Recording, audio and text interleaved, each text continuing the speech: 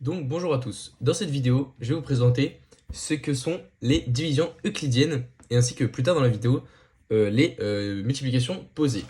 Donc commençons. Donc premièrement, qu'est-ce qu'une division euclidienne? Une division euclidienne, vous allez sûrement vous demander quelle est sa différence avec une division normale. Et bien tout simplement, c'est une division à laquelle à la fin on trouvera un reste. En effet, une division euclidienne ne trouvera pas un résultat avec un chiffre avec une virgule, mais bien un chiffre entier, ainsi que, comme je viens de le dire, un reste.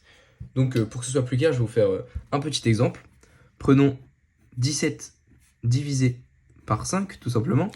Nous allons poser donc cette opération, 17 divisé par 5. On aura donc le 17, qui est le chiffre que l'on va diviser, que l'on appelle le dividende. Hop, le dividende. Et ensuite, on a le 5, donc qui est le chiffre qui va se faire, enfin qui va diviser 17, qui est le diviseur. Grâce à cela, nous allons donc pouvoir calculer combien de fois 5 il y a dans 17. Donc, 1 fois 5 fait 5, 2 fois 5 fait 10, 3 fois 5 fait 15. Donc, on sait qu'il y a donc au maximum 3 fois 5 dans 17. Mais vous allez vous dire, bah ça fait pas 17, 3 fois 5. Mais tout simplement, on va venir faire une petite soustraction juste ici de 17 moins 15, ce qui nous donnera 2. Et on a ici donc le reste de cette division euclidienne. Le reste. Et on a donc le résultat de cette division. J'ai donc rajouté quelques valeurs. Donc en effet, on a déjà le petit 3 là qui est donc le résultat, qui est le quotient. Et enfin, on a une écriture spécifique qui s'appelle ici l'écriture euclidienne.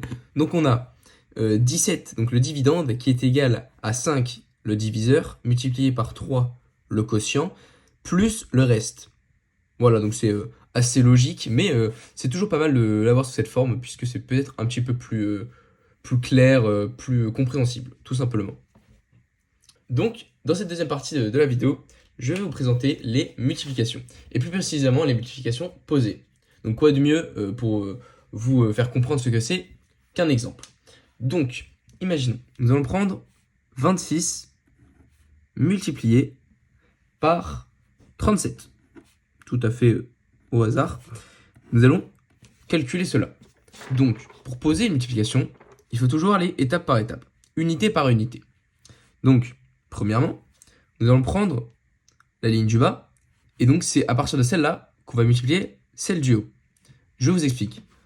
On prend un par un les chiffres de la ligne du bas. Donc premièrement, on va prendre le petit 7. Donc 7 fois 6 qui font donc 42, exactement. Donc on pose le 2 juste ici et on retient les dizaines. Donc les dizaines du 42, on les met juste ici au-dessus. On va ensuite continuer en faisant 7 fois 2 qui font 14, mais on retient cela de 4. Donc, qui fait donc 7 fois 2, 14, plus 4, 18. On aligne bien les dizaines avec les dizaines, les unités avec les unités pour ne pas se perdre. Et maintenant, on va passer à la multiplication du 3. Donc, avant de commencer, on voit que c'est une dizaine. Donc, on va ajouter déjà, en premier lieu, un 0 en dessous des unités. Et donc ici, on n'a que deux chiffres, mais s'il y en avait un troisième, si on avait une troisième ligne, on aurait d'abord 2 zéros. Donc là, on a un seul 0. Mais imaginons on avait 137 et qu'ensuite on devait multiplier le 1. Bah on ajouterait 2 zéros parce qu'on multiplie ici les centaines. Mais donc ici, on n'a uniquement des dizaines. Donc on met le 0 ici. On fait 3 fois 6 qui font 18. On retient 1. Et ensuite, on va faire 3 fois 2 qui font 6. 3 fois 2, oui, qui font 6. On ajoute 1. On ajoute ce petit 1 qu'on peut maintenant enlever, qui fait 780. On va maintenant faire tout simplement une addition. Donc 0 plus 2, 2. 8 plus 8, 16. On vient, tout comme dans la multiplication, je pense que vous avez déjà vu les additions posées. On va garder cette petite unité. Et on va faire maintenant 7 plus 1 qui font 8. Et on ajoute le 1, ce qui fait 9. On a donc un résultat de 962 pour cette multiplication, tout simplement. Si vous avez quelconque question, n'hésitez pas à nous demander dans l'espace commentaire de cette vidéo. Si vous avez besoin de cours sur des chapitres spécifiques ou des vidéos rapides pour comprendre certains problèmes mathématiques ou d'autres matières, puisqu'il y aura aussi d'autres matières, n'hésitez pas à nous demander, on sera présent pour chacune de vos demandes. Voilà.